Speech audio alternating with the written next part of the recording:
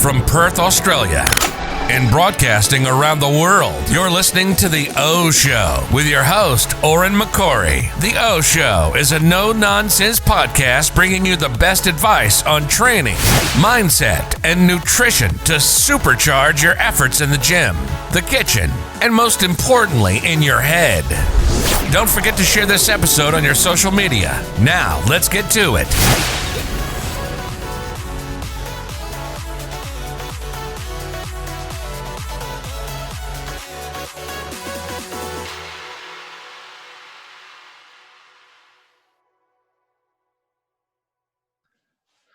Hey guys, welcome to today's episode of The O Show, and this is one that's been teed up for quite a while. We have spoke back in May time, I want to say, and we talked about setting this up, but we've just both been super busy serving our clients. But this is somebody who is going to bring massive value to your day, to your week, and your whole life. So I want to welcome on my friend, Matt Peacock.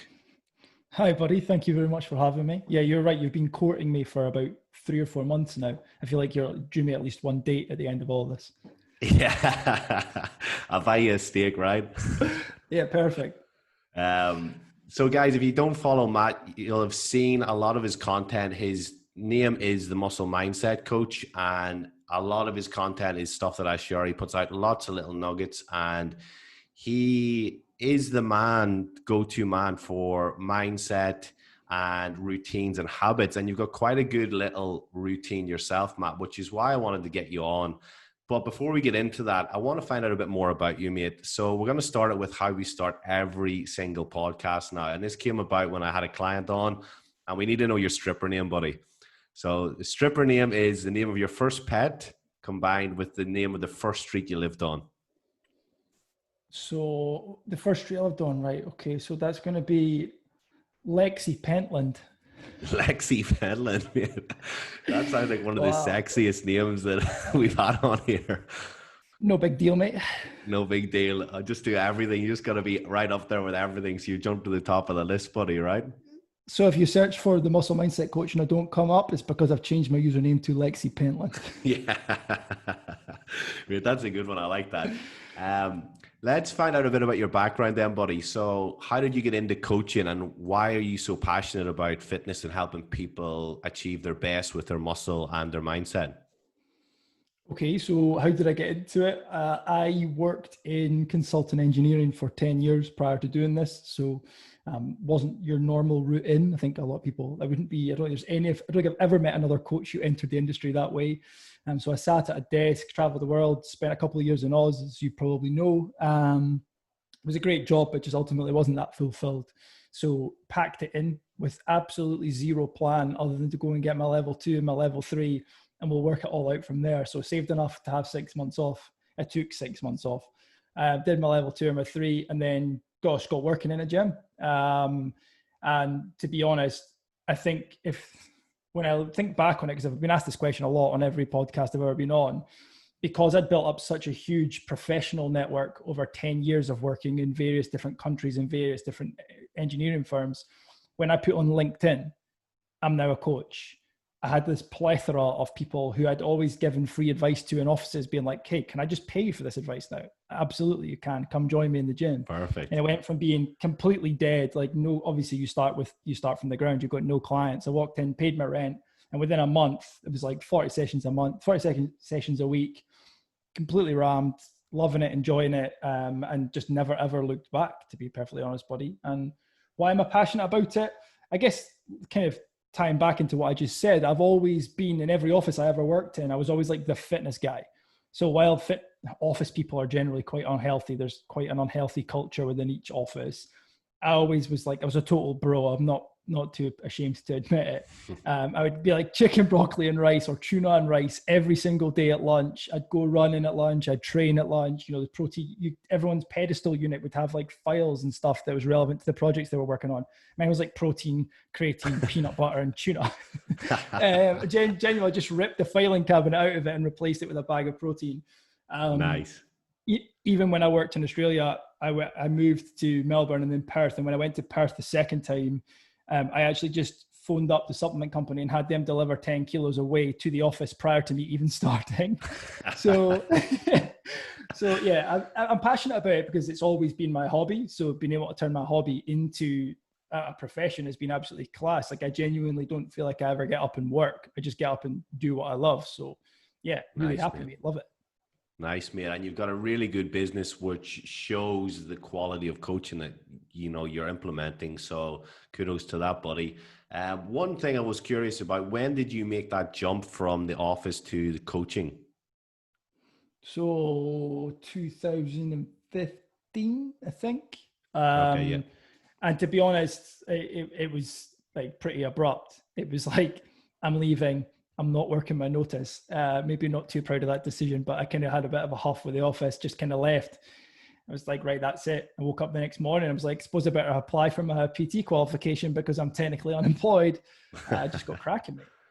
Nice, mate. Nice. And I think we met about 2 years after that then, because I'm pretty sure it was down at Mark Cole's physique camp when we first met. And I've just watched your growth since then, mate, and you're very, very consistent with your message, and hence probably why you're known in your own podcast about your morning routines. And one thing I'll tell the readers as well, or the listeners, if you see me reading a book, it's probably that this man has recommended it, because even the one I've got beside me, which is A Man's Search for Meaning, is one that was on Matt's story about a month or two ago, and literally it just gets added to my Amazon list or my Audible, and I'm like, right, those will be getting hit. So if you do get the opportunity, follow him just for his book club alone, because there's a lot of nuggets in there. I feel like I need to add a story highlight for books, because you're not the first and you won't be the last who's like, mate, every time you put a story up, I screenshot it with a book. So maybe I need to add a story highlight for books and start from now. 100%, buddy. Back might be 100%. We'll come back in a couple of months, and this bookcase behind me will have all 3 rows filled, and it'll be like, okay, what's happened? Has Matt influenced that? I was going to start throwing a few red herrings in there that aren't actually relevant to coaching and see if you buy them. Yeah, you'll just see the shelf covered in these, and you'll be like, oh, you fell for it. Awesome, mate. Now, one thing I wanted to talk about is, and this is a quote you've been sharing a lot recently, and we were just speaking about how it's gaining traction and you're getting lots of followers from it, and it's win the first battle. Now, let's talk about that. What does that mean? Okay, so win the first battle, as you say, it's something that's been kind of grabbing a bit of traction on social media, and it wasn't necessarily something that was ever intended. I think the best stuff isn't intended to grab traction. Yeah. It's the stuff that's organic, just naturally begs it. I think when you're not going looking for it. So it's actually a quote from a training that I produced for my own clients within my members lab. That was all part about, it's called the High Performance Morning Upgrade, the training. And it's an overview on how to upgrade your morning without specifics, just like the key components that we're looking for in a good morning routine. And the first slide literally just says, win the first battle. And it's like some picture of guys running it in a war or something like that. And it's the first part of the day. It's when your alarm goes off. And what I've found is that largely it's polar. People either have one alarm and just get up, or they have 20 fucking alarms and they snooze. They're in bed for half an hour after the first alarm and they don't want to get up. And I'm a big fan of asking my clients to copy me and emulate what I do. One alarm, when it goes off, get yourself out of bed. That alarm is the first mental battle you will fight on any given day. So the alarm goes, the battle is the choice between the cozy sheets and succumbing to laziness, sloth, like all the good stuff, to be fair, but equally well, all the good stuff for somebody who doesn't want to progress and succeed. The other side of the coin is getting out of bed, which isn't going to be easy or comfortable, but it's the one that's going to drive growth, drive progress. So the battle is the decision between the comfort of 10 or 9 more minutes. Why is a snooze 9 minutes? I ask everybody this. I have no idea. Extra bonus points if you know the answer to that. So it's the choice between 9 minutes extra in bed or 9 minutes getting at your day. And I find that if you can win that first battle and kind of signal to your brain that you're not going to succumb to the easy option and really just take control of your day from the first signal, then the rest of it kind of falls into place very, very quickly. So the first battle is snooze or get the fuck up. Yeah, mate, that's important, man. That's something that I like to do as well. Is I set an alarm for 5 and I set one for 5:05. But to be honest, the 5:05 never even gets thought about, because I'm up and I'm turning both alarms off while I'm having my morning pee, and like it never makes it to that far. I think it's mainly because like I don't want to wake Esther, because she normally wakes up for work at least 2 hours later. So I'm like, just get out of bed, get it off so you don't wake her, let her sleep. And that's just it. Things get easier over time, right? So even though that's a battle to get into that habit, it just becomes second nature after a while, right? 100%. It's not, and that's one of the key things I say in that training is that this isn't meant to be easy. If it was, everyone would be doing it. So what I used to do when I first started, I can remember implementing this for the first time when I lived in the flat in Edinburgh, and I bought like a old school travel alarm clock, the one that's like just beeps and you click the alarm on at the back and it literally ticks all night incessantly. I took it, and in my bedside, obviously I had a drawer. I stuffed it right at the back. So A, I couldn't hear the ticking all night, but B, when the alarm went, I had to get the fucking thing out the drawer. So I had to go and find it. So I'm just like clanging around, trying to find stuff. That act of just like banging around, having to find the alarm, by the time I'd found the bloody thing and turned it off, I'm getting out of bed anyway, because I've just spent 10 minutes looking for it. So it's not easy to start with, but then over time, like you say, it's like training. When clients first go to the gym, it's hell on earth. And then you come to enjoy that hell. You come to relish it. And the same goes for me getting up in the morning. It's like that first alarm goes off. It's not even loud anymore. Just download, because like you and like most people, Sarah, my partner, she just sleeps for at least 2 hours beyond me. The last thing anyone's significant other wants is woken up at 4:55. I'll tell you that much for free. That's a quick 100%. Way to divorce. Which nobody wants, right? Well, maybe some people do, but if you want to live a happy life, if you want to live a happy life, you need to keep the wife happy, right? Too right, mate. Too right. I learned that the hard way. Mate, so let's get into a little bit about after that first battle. Then, what do you think is the next important component of your morning, and also what you try to instill with clients when you're asking them to sort of emulate your morning routine then? Okay, so basically when I first recorded the high performance morning upgrade, we had this like generic overview, and it's quite a long training. So rather than regurgitating that here, because it's not the environment, this isn't the medium to try and pass all that information over. I realized that a lot of my clients had taken that, learned the sort of overview, the high level view of a morning routine, but didn't have the nuts and bolts. So I'm a big believer in teaching in frameworks. And what I mean by that is, rather than giving the client some wishy-washy, this would be great, maybe do that, to if here's 3 categories, pick one from each category and just bloody do the work. Mm-hmm. Clients find that a lot easier when they're given a framework. So I teach in frameworks all the time. So that I turned the high performance morning upgrade into a secondary training called the M³ formula, which is what they all operate in. So that basically breaks your morning into 3 components. So obviously we've won the first battle. That is completely separate. After that, we have movement, mental clarity, and mental growth. And once we've got those 3 M's, we can get on about our day. So movement goes with, I don't think I need to explain movement, but for me, it used to be a run. These days it's a walk with a podcast. So I'll spend 20 minutes, 25 minutes just walking out. I go outside, get some light, listen to a podcast, get some movement, wake myself up. You would be amazed what happens when you just get blood flowing around your body. Because I think when most people wake, they stay in that kind of lethargic, slow, they grab a cup of coffee and they sit down. No, don't sit down, get moving. Yeah. So I basically get some water in me, hydrate, and then get moving straight away. Once I've gone and moved, some of my clients will run. I give them specifics that they can choose just to make things easier. Once we've done the movement portion, we move into mental clarity, which for me involves meditation, which for me involves some journaling.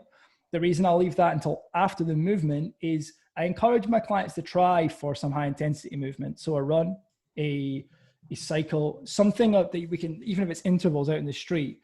The reason why that can be really beneficial is because of something called BDNF, so brain-derived nootropic factor, which will help with your ability to learn shit. If you Google BDNF, it will come up as miracle grow for your brain.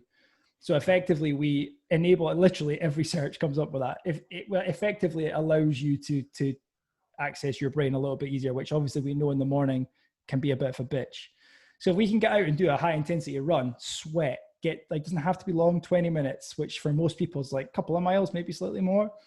And then at that point, if we've switched your brain on, then when it comes to meditating, we're not in that lethargic, sleepy. A lot of people, when they meditate, they get quite sleepy and they struggle.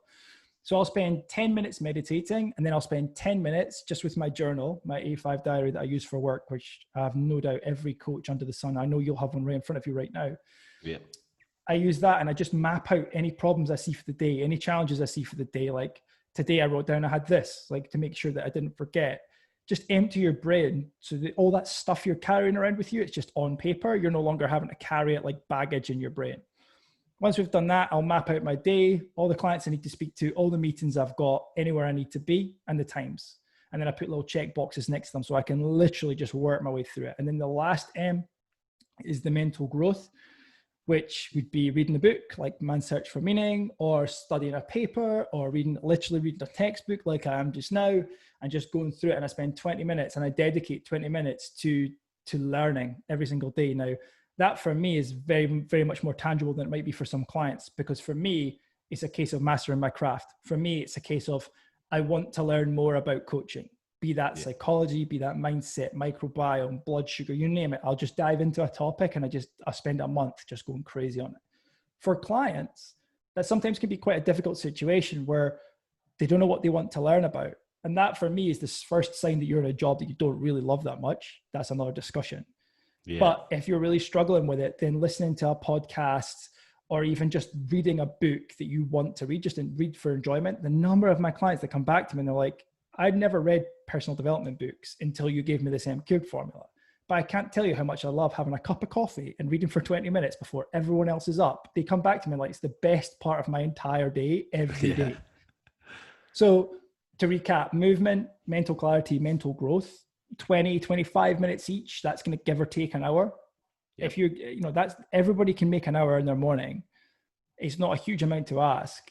And it completely and utterly transforms how you go about your day.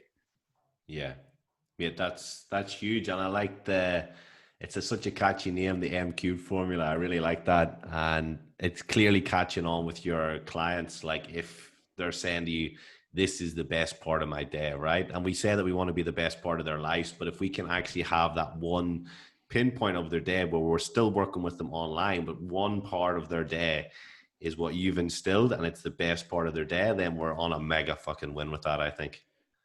100%, mate. The number of people that come back to me and they'll say, they maybe a lot of people, especially in our generation, they're shit at reading. They don't like reading, and they don't like reading because they're shit at it, but they won't admit it.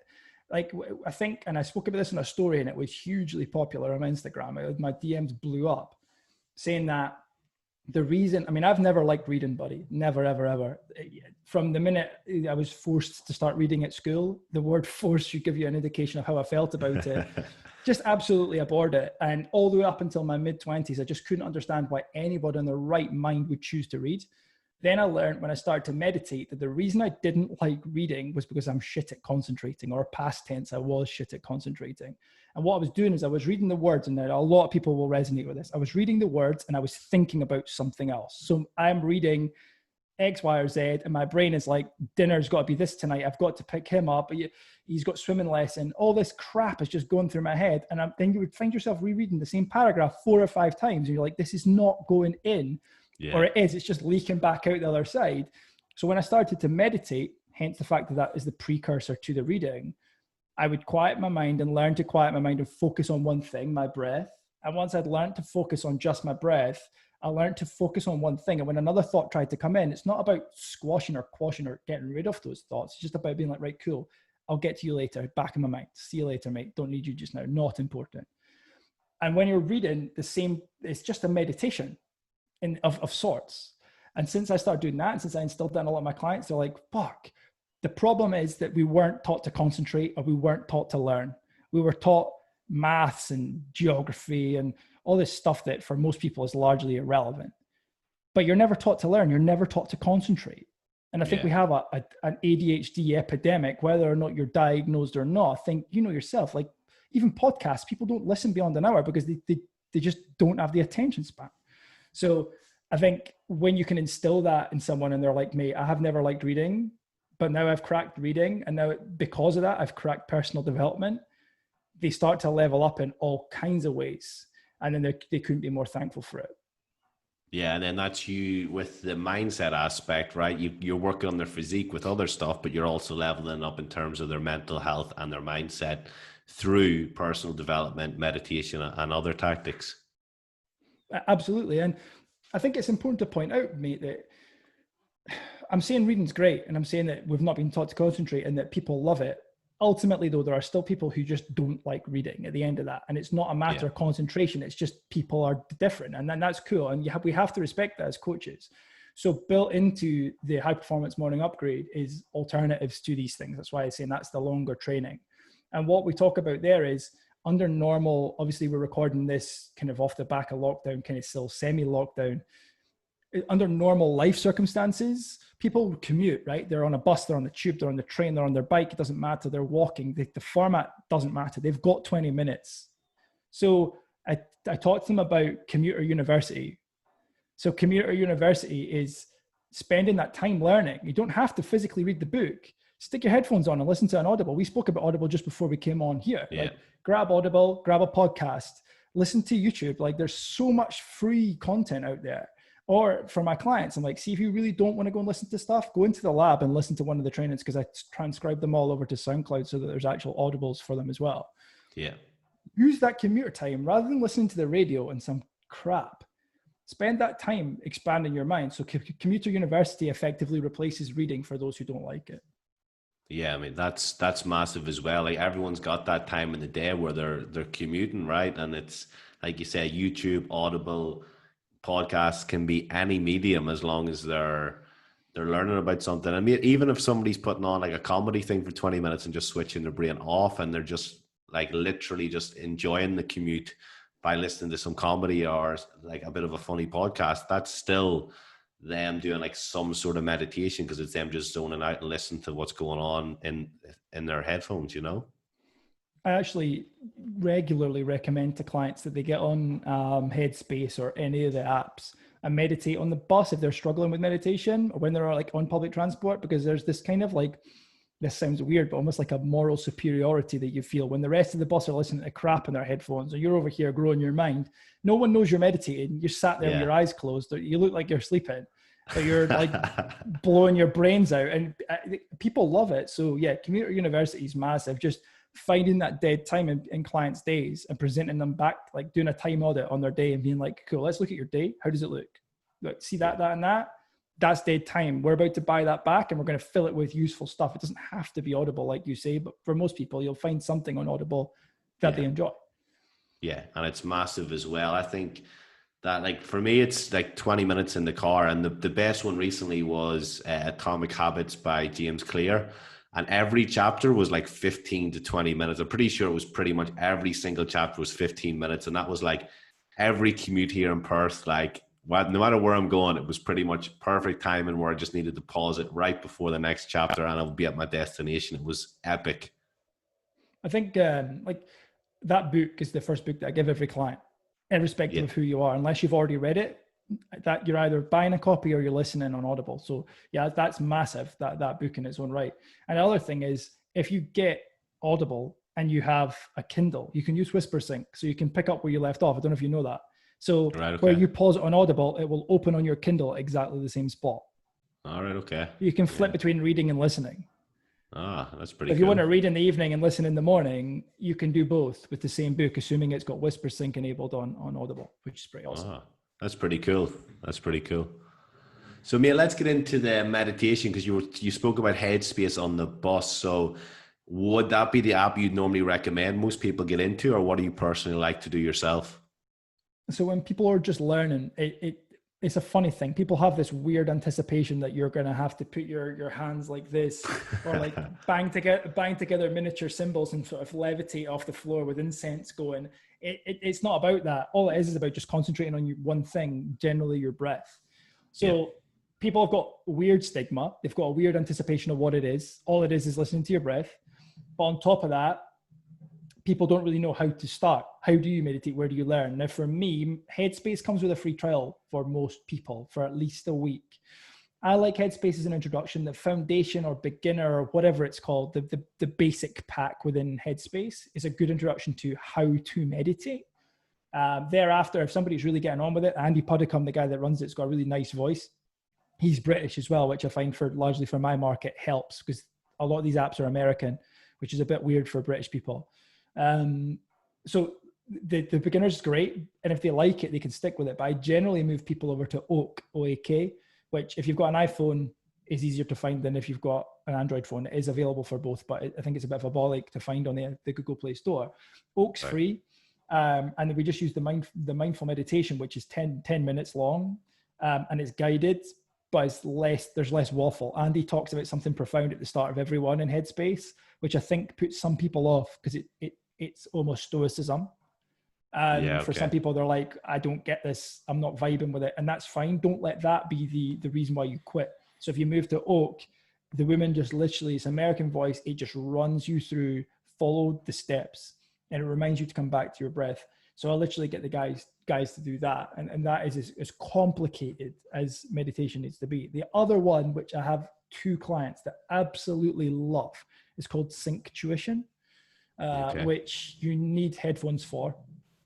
But I couldn't get on board with it. You basically go on like a 20-minute journey. It's it's bizarre. Like you close your eyes and you're listening to it, and it'll like take you through, like you'll go through a door and you can hear the door open, and it makes you focus purely on that. And you'll hear rain or a rainforest, or it's pretty cool, mate. But for me, the women's voice is just way too cheesy. Like, I don't know, it put me off. So I just reversed straight back out of that. Yeah, okay, fair enough. It does sound interesting when you said on a journey. I was like, I imagine it's like when you take a trip after taking some drugs or something. I was like, this is going to be... It's pretty much that, but yeah, it wasn't for me. So I mean, to give context, I still do Oak every single morning. Right, okay, yeah. Oak's the one that runs through Aura as well. So they you can lengthen it as much as you like. So I just do 10 minutes every single day, and then maybe do some towards the back end of the night. Just depends on how my day's going. Yeah. Yeah, perfect. That's killer, mate. That's killer. And in terms of any other strategies that you would normally implement straight away with people's morning routines, what would you do with clients who they've implemented the M cubed protocol or system, whatever you call it? What else would you implement? What's your other key tips to get people moving in the morning? So my priority before the M cubed is hydration. So that's kind of like, that's in the high performance morning upgrade. It's kind of separate to the M cubed formula, but we look at hydration. So for 9 out of 10 of my clients, I literally get them to fill a protein shaker the night before and leave it on the worktop. Like, this is the Atomic Habits approach. Make it visible, like make it easy. Like, your tired self in the morning, you're banging shit over, you're spilling water. You're just like, you know what it's like when you just like, you can't seem to pour a cup of water without spilling over yourself. Make it easy. Do it the night before. So I get them to fill a protein shaker the night before. So it's like 700 ml if you go to the top. Yep. And then I get them to chuck some lemon juice in that and just leave it. And we would focus on hydration first, because most people are like chronically dehydrated anyway. And then we're even more dehydrated overnight. It be that through being a mouth breather and having that dry, you know, when your mouth is like cotton. Yep. That in the morning, or if it's hot, which a lot of people, you know, especially even down in England, obviously not in Scotland, but but for those of my clients in England or further afield, sweating overnight can help dehydrate you quite significantly. So hydrations or rehydration, as the case may be, is the most important factor.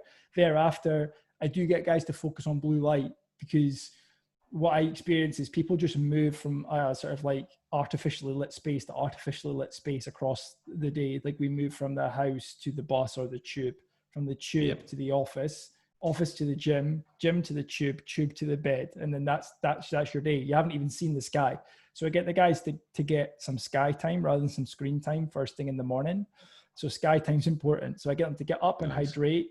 That's what I'm saying about movement. Do it outside. I don't care if it's raining. Like, it's absolutely pissing it down here today. It's still going like hammer and rain. You are waterproof. Reminder for you guys listening. Like, you will not melt if you go out in the rain. So I just tell the guys, like, throw a waterproof jacket on. I put waterproof trousers on. It's that wet today. It's like literally like stair rods. and headed out for 20 minutes. Why? Because there's still blue light in the atmosphere, which is really important to stimulate what we call the cortisol awakening response. So blue light in the morning, as much as we want to avoid that in the evening to provide us with sufficient melatonin production, the opposite is true in the morning. We want blue light in order to wake us up. So the movement portion of the M cubed, after we've hydrated, the movement portion would be including some blue light. Now, that might be easier said than done for some people. Like in Scotland, even at 5 a.m. here, mate, there's never any bloody daylight in Scotland. It's like, I always say to people, summer's the best day of the year in Scotland. So ultimately I know this is no good in a podcast, but for those watching, I use this thing that I'm showing you on the camera now. So it's called the Valkee, Valkee human charger. Yep. And I just bang that in my lugs, which is just like a little blue light that goes into your ears. Why? Because your ear canals supposedly have the same photosensitive receptors as your eyes, so you can get blue light in that way. So when I'm meditating, I've got that in my ears. So the first 10 minutes of my day, I get up, I come into the kitchen where I am now, put that in my ears, drink my water, and meditate. So I've had 2 cycles of that. So I've had 20 minutes of blue light exposure, and then I go outside and attempt to get some actual blue light exposure, give or take. Yeah, nice, mate, nice. And then what about the cold showers? Do you still do them at the moment? Yeah, that's the like the end. That's like the bookend. So where the hydration is like bookend, or win the first battle is like the opening act. The closing act is the cold shower. So it doesn't have to be much. I think people get this really fucking wrong. So we'll clarify. I finish my morning routine. I do all my bits and pieces, all the M Cube formula. I get it done. I've trained, had breakfast, which is always a smoothie, and then I jump up in the shower. I have a cold shower, but most important part for those of you listening, I have a cold shower after I have had my normal shower. I don't get into a cold running shower. I'm not a lunatic. I mean, that if you are getting into a cold shower, you've got bigger issues, I think. So I put the hot shower on. I have a hot shower, wash myself adequately, and then I turn and face the water. And this is like, for me, I call this in my head the second battle, because it's the opposite. I've never really marketed it as that, but I say to my clients, it's the second battle. It's that second opportunity for me to be a shite back, and for me to be like, nah, not today. I don't want to do this today. Like, and I'll tell you what, 2 things. Number 1, I don't want to get out of bed any day. Number 2, I don't want to have a cold shower any day, but I do them both because I know they're good for my goals, my vision, and my progress. Irrespective of whether that's physical, business, personal, doesn't matter. So I turn and face the warm water, put my hand on the mixer, put my other hand elsewhere to protect myself because it disappears quick. You could do star jumps after a cold shower and it's still pointing at you. So I put my hand on the mixer and I turn it full cold. Like don't ratchet slowly, just go for broke. Find the back end of that mixer, hit the cold. And what I do is, just as I'm doing that, so as I'm about to turn it, huge deep breath in, and then cold, as you're turning it cold, huge slow deep breath out. So as it's turning cold, I am breathing out. So to prevent that like thing that happens when you go into cold water, where you're like, your body just takes control. It just starts breathing at a different rate. Breathe out real slow, turn it cold, and just allow that to just happen over time. By the time you've got that first breath out, you don't have that horrible shock reaction. The goal of the cold shower is to 100% to maintain your breathing. So you shouldn't be like having to do that. If you were plunged into cold open water, you would do that panic breathing. You don't want that. We want to try and calm our breathing, get back in line. And again, it's going to significantly spike cortisol. It's going to significantly help us deal with stress elsewhere in life because we're kind of programming our body for this. It may or may not also help with brown fat activation. Whether or not there's any validity in that, I don't know. And I don't do it for that reason, but there is evidence that alludes to that. I stand under that and I make sure that I move around because it's very easy to just stand there and let it hit just your chest. I almost like imaginary wash myself again, if that makes sense. Yeah. So like left arm, right arm, pits, all the different bits, and just I'll kind of work my way around and move around the shower because otherwise you just stand there like an idiot. And I try and maintain my breathing and I make sure and get my head like fully under for the majority of it. And just, if you're starting out, spend 30 seconds tops, 20 seconds tops, just the first day. Don't go for broke. And now I'm like, I don't know, 3 minutes. It's not a huge amount of time. That's all. I mean, that's all. And then turn it off. Don't go back to hot. So my rule that I give the guys is don't allow yourself to go back to hot and get comfortable again. Turn it off. Yeah.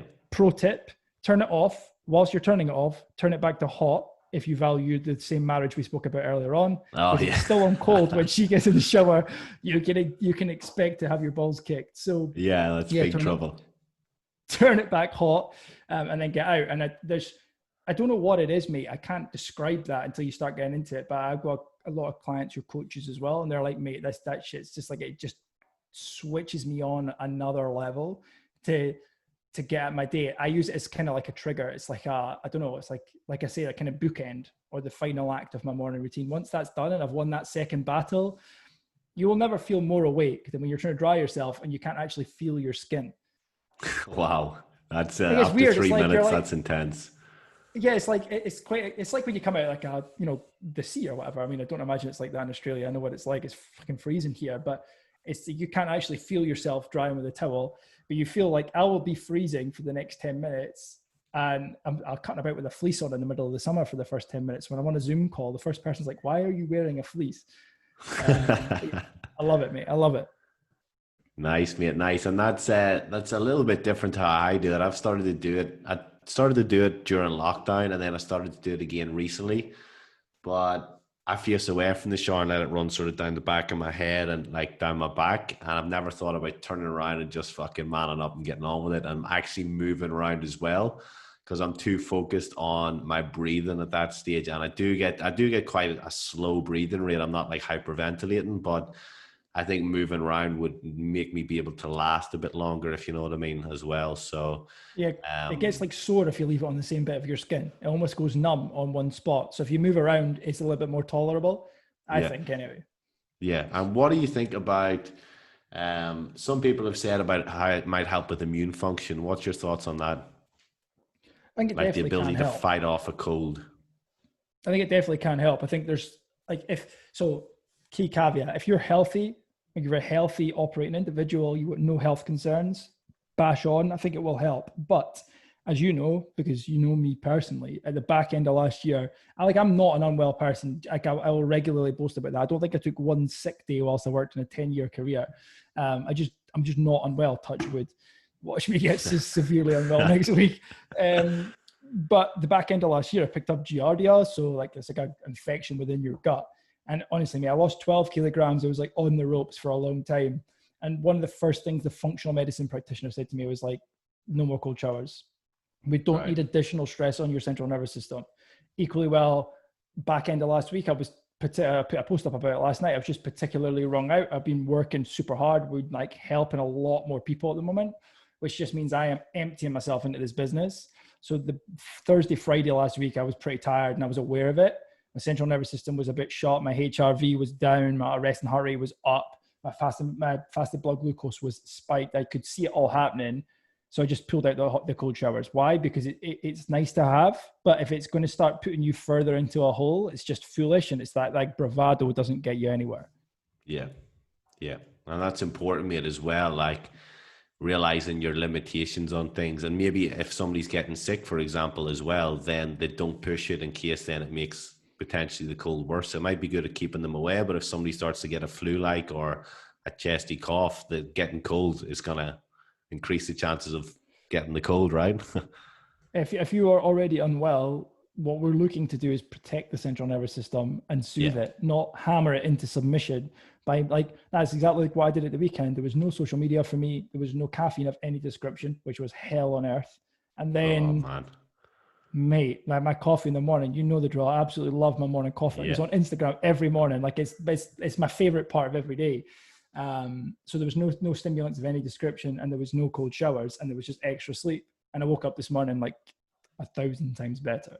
So it's very important that this stuff is framework, but again, a framework is dependent on the inputs, and you have to listen to the inputs, which is your biofeedback. So am I ready for this? Yes or no? If yes, crack on, like knock yourself out. I think it will help prevent colds. Yeah. If you've already got a head cold or an upper respiratory tract infection, you want to be resting. Yeah, 100%, mate. Yep. And mate, like in terms of alertness, if you're going into the morning, it's massive. I done one. We have the same business coach. Obviously, we're both with Big Phil, and he had that big weekend 2 weekends ago, and it was about 5 p.m. It started over here because it was 5 p.m. here, and 15 minutes before, got in the shower after trained, done a quick bit of cardio, jumped in the shower, put it on cold, done. I've probably only been a little pissy, done about 30 seconds. But in terms of alertness, I was still buzzing at 12 midnight whenever I was going to bed. And Esther was like, how are you so awake right now? I was like, I've just been buzzing from 5 o'clock between the content and the cold shower. I've just been flying here. So I agree. And if you think about that as that is 100% the impact of it, and you can do that at any point in the day as you did, you can implement that. I mean, assuming you have a shower available, then you can go and do it. You could. So for me, if you imagine combining that with all the benefits of like the M cubed formula, for example, not only are you hydrated, you've moved, you've had blue light, you've done some meditation, you've learned something, and then you've had breakfast, you've maybe done some training, and then you've had a cold shower. Like there's this, it's very difficult to put words into without sounding like a kind of, I don't know, egotistical prick, I suppose. But there's a real feeling of once you've had that cold shower and you've done all that stuff, you're ahead of the rest of the world. Everyone else is still in their bed. Yeah. And there's a really great feeling about having achieved all the stuff we've just outlined and then had a cold shower and you're just getting changed. And then like, say for instance, like Sarah or Esther, they're just getting out of bed. That's everyone else. That's the rest of the world. And you're like, man, I have done so much this morning already. Yeah. And I think one kind of really important thing that we didn't touch on, and I should have, is the golden rule of the MCube formula is there's no mobile phone use. So that when I get out of bed, my phone's on Do Not Disturb. And if you've got an iPhone, I don't know how you do it on an Android, but there will be exactly the same functionality. You use Do Not Disturb. And if you go into settings and then hit Do Not Disturb, you can schedule it. So mine is scheduled to end at 8:30 in the morning. So it goes on at like 6 p.m. and it runs to 8:30 in the morning, which means until before 8:30, no notifications come through. So it's very important to me and the rest of my clients that I don't allow what I call outside noise to disrupt my morning. So all it takes is you open your emails and as a coach, mate, sometimes you get an email and you're like, I've got to deal with this right now. Like there's a client who really needs help. They're panicking about something. You need to just go and get them new macros, or they're panicking about the gym being closed. That's going to stress you out. Or if you've had an email from your boss, it's going to stress you out. Or if you check Instagram and you see a post from someone that you're following, but you don't really like, unfollow that person. But it's going to stress you out. It's going to put you in a negative headspace and like, fuck that. Yeah. So I'm like really, really protective of my internal headspace in the morning. It's all about me in the morning. It sounds selfish, but you can't serve from an empty vessel, right? So I say that to all my clients. A lot of my clients are very selfish people, or they're like struggling to find time for themselves because they put everyone else first, be it work, colleagues, boss, missus, children, husband. Put yourself first for that first hour. Don't allow anyone else in. No one. You can check your phone will still be there at the end. Trust me. And I literally just don't check it. And it's the most liberating thing ever, having an hour of your day where nobody can get in touch with you. Yeah. Yeah. And that's massive, mate, because that self-care is key. And like you say, I always say it's similar. You can't pour from an empty cup, or you can't serve from an empty vessel. Same thing. It's like getting on a plane and you have to put your own oxygen mask on before anyone else's, right? Because you're not used to others if something happens to you. So I think that's massive, and it's something that people can really, that's actually, I've been writing down the times of all these little nuggets that we put out, and that one with mobiles and that looking out for yourself first thing in the morning might be the one that we clip together, because that's probably the one thing that people can implement straight away, which will have a massive impact, because we're so addicted to our phones. And like I am as well. I mean, I could probably do with a social media detox and, deleting half the apps on my phone. But if we can just do that, even where it's like mine's on set till 6 a.m., but I might extend that on now, move it to 7 and then see how I go and then build it up to that. Because like you say, if you can get really productive in the morning for you and then the first bit of work done before you even start to get notifications through, it's massive. 100%. And I think it's important to point out to the listeners that every single day during that hour to 2 hours where I'm not on my phone, I will find my phone in my hand at least twice. Yeah. And I'm just about to start opening stuff. And I'm like, whoa. And that's years into this practice. You are so addicted to opening these fucking apps to just check, like Instagram. Like, I'm not even going on for anything. I'm just going to see who's messaged or commented, and then I'm going to respond because I feel obliged to. And that's part of running a business Instagram. Yeah. They don't give a shit if I message back before 8 a.m. Yeah, no. Equally well, like, and then you know yourself, you open Instagram, you check your DMs, you respond, then you open WhatsApp, you check your messages, you respond, then you open Facebook, you check your messages, you respond, then you open your email. It's a fucking rabbit hole, mate. One app leads to another, and you are just getting that dopamine hit. Oh, a like, a comment, an email. And I find myself every day, phone in hand, more often than not. So I'll get up and I hydrate, and I'm going out for my movement, which is just a walk at the moment. So I put on a podcast, which involves using my phone. Yeah. So I'll go into Spotify and choose the podcast that I want, the O Show, obviously. And then when I'm choosing a podcast, then I'll quite often on an iPhone, obviously with most phones, you scroll down from the top and you can see your notifications. I find my thumb at that part of the screen. I'm like, no, like, what are you doing? I don't even want to see the notifications, because if you can see it, you've already allowed it in. So your challenge is to just completely and utterly ignore them. So within that do not disturb, there is a setting to hide notifications of all forms. You want that on. Yeah, and if people are afraid of that, mate, as well, like, oh, what if I miss something important? I've got it set where, like, my favorites, which is basically my parents, my sister, and my wife, if they ring you, it'll come through. So in the case of an emergency, if somebody phones you, you're gonna get the message. Like, you don't need to worry about there being an emergency and something happening in your family or whatever. You can still have the notifications off, but the good stuff can still get through. For sure, mate. I've got exactly the same thing on. Just make sure that you've got your family, and that's all you need. Because I'll be honest, nobody's phoning you at 7 a.m. unless it's dead important. Nah, exactly. And if they can leave a message, right? 100%. Like a normal 100%. Person, I mean, sorry, not family. Like anyone else phones you at that time, it's not going to get through, and they can leave a message. 100%, mate. And I think, especially for coaches, because I work with a lot of coaches, it's one of the biggest struggles they have. What if a client messages me? Then is your problem in the first place, normalizing responding to client messages at 7 a.m. What other job in the whole world, other than shift work, would you be responding to messages from colleagues or clients? It's just not normal. Yeah. So you need to give your clients the help they need within a 9 to 5 window. Yeah. And make sure your clients know that that's the case. And again, you can't pour from an empty cup. You can't serve from an empty vessel. You just need to tell your clients, your colleagues, whoever it is, that in order for you to better serve them, you need to look after you. Yeah. 100%. Or just have scheduled time where you say, right, at 10 a.m., 3 p.m. and 6:30 p.m., I'm going to go on, I'm going to clear these out.